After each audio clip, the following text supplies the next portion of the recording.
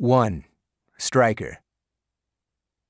I was ready to throw my phone against the wall of the office in my McLean, Virginia condo. Why are you surprised? I told you this would happen when you allowed Gafford to go to Columbia, I shouted at Kellen Money McTiernan, the man who had taken my job at the CIA when I left. The United States relationship with Colombia is stable now, and was then, Griffin. There was no reason to refuse to let Gafford go wherever he wanted to, as long as it wasn't back to Pakistan. McTiernan shot back. There were at least 3 things in Money's statement that pissed me off. Telling me anything about U.S.-Colombian relations was his first mistake.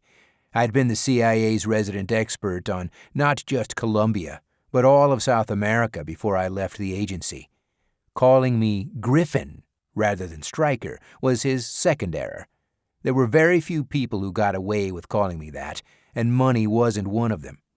Finally, saying there wasn't any reason Gafford, former leader of the Islamic State, should have been permitted to go anywhere that wasn't a prison cell or a morgue, made my blood pressure skyrocket. Where do you think he is now? We're not certain he's in Pakistan. You're not certain? Is that what you just said? I thought you were supposed to have a genius-level IQ. Evidently, that is a misconception. Of course he's in Pakistan, you idiot. Abdul Gafford was the shit beneath the shoe of the worst scumbag on the face of the earth.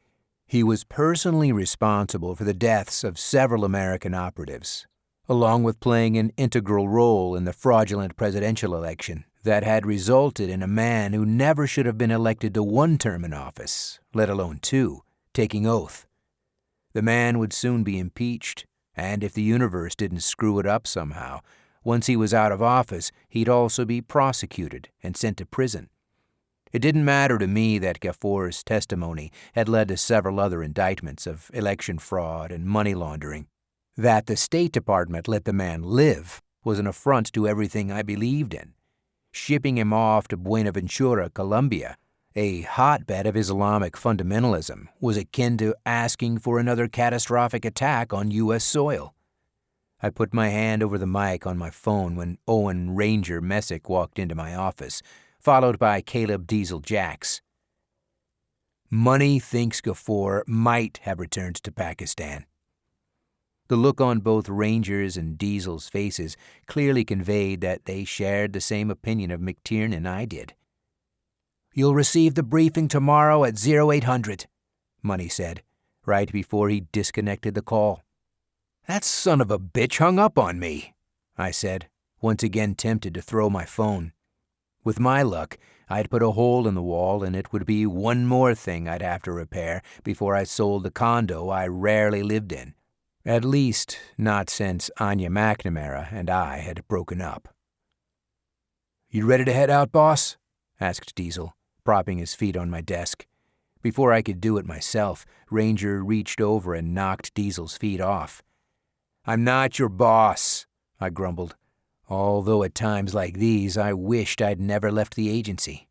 No way in hell would Gafford have disappeared on my watch.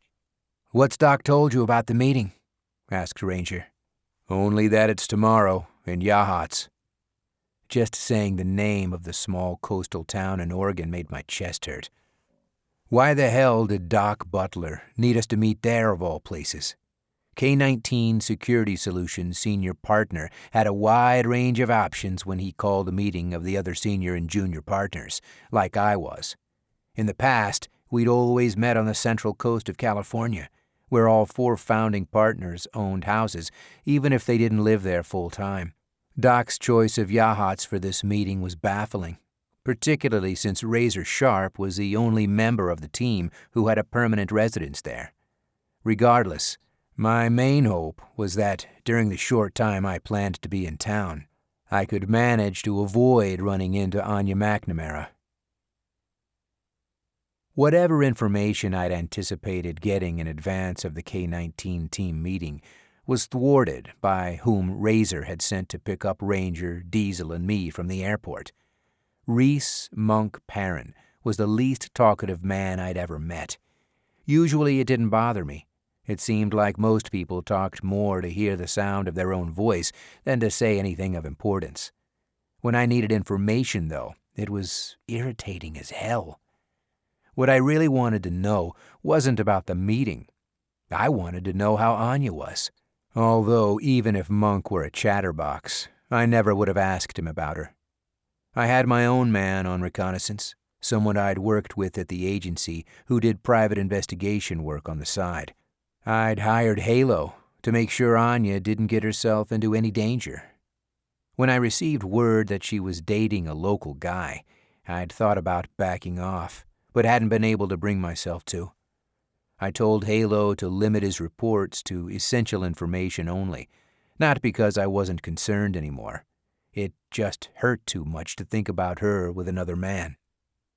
"Why did you turn here?" I asked, realizing Monk had made a left onto the street that would take us to Razor's place rather than to the hotel. "Going to the house." "I figured that. What I want to know is why." "This is where Razor told me to bring you." I didn't bother looking at either Ranger or Diesel sitting in the back seat. I could hear them snickering.